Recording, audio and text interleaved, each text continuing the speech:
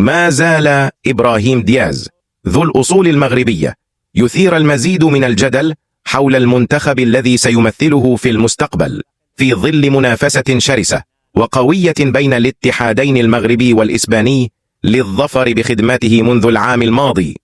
ورغم أن اللاعب إبراهيم دياز نجم نادي ريال مدريد الإسباني، أكد في أعقاب مباراة غرناطة ضمن منافسات الليغا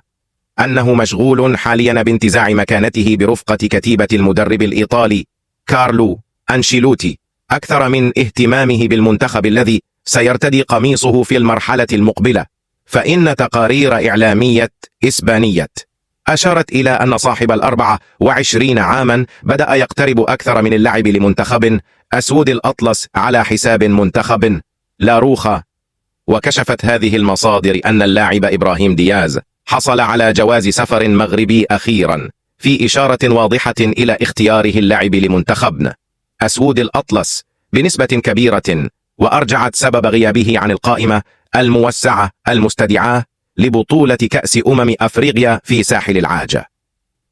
2024 إلى اتفاق مسبق جرى بينه وبين المدرب المغربي وليد الركراكي من أجل إعفائه من كأس أفريقيا، رغبة منه في انتزاع مركز أساسي في تشكيلة ريال مدريد، على أن ينضم رسميا إلى منتخب المغرب في شهر مارس المقبل لخوض التصفيات المؤهلة إلى نهائيات كأس العالم 2027. وحول صحة اختيار اللاعب دياز اللعب للمغرب بعد كأس أفريقيا اكتفى مصدر مسؤول في الاتحاد المغربي لكرة القدم في تصريح مقتضب بالقول إنه لا شيء رسميا إلى الآن، في وقت ذهبت فيه مصادر أخرى إلى أن نجم ريال مدريد لم يعد متحمسا لتمثيل منتخب إسبانيا، واقترب أكثر من ارتداء قميص منتخب المغرب بعد كأس أفريقيا، لكنه اتفق مع الاتحاد المغربي لكرة القدم على عدم استدعائه لخوض هذه البطولة الأفريقية، سعيا منه للحصول على فرصة المشاركة مع النادي الملكي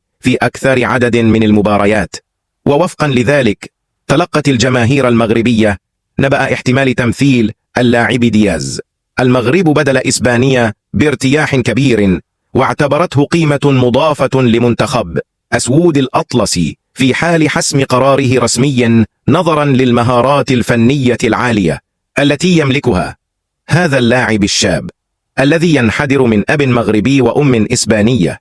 والجدير بالذكر أن وليد الركراكي مدرب منتخب أسود الأطلس عقد لقاءات عدة مع اللاعب إبراهيم دياز في إيطاليا حين كان يلعب في نادي ميلان الإيطالي العام الماضي، قبل أن يجتمع معه مجددا في مدريد وطنجة بغرض إقناعه باللعب للمغرب بعدما ارتدى قميص منتخب لاروخا تحت 21 سنة.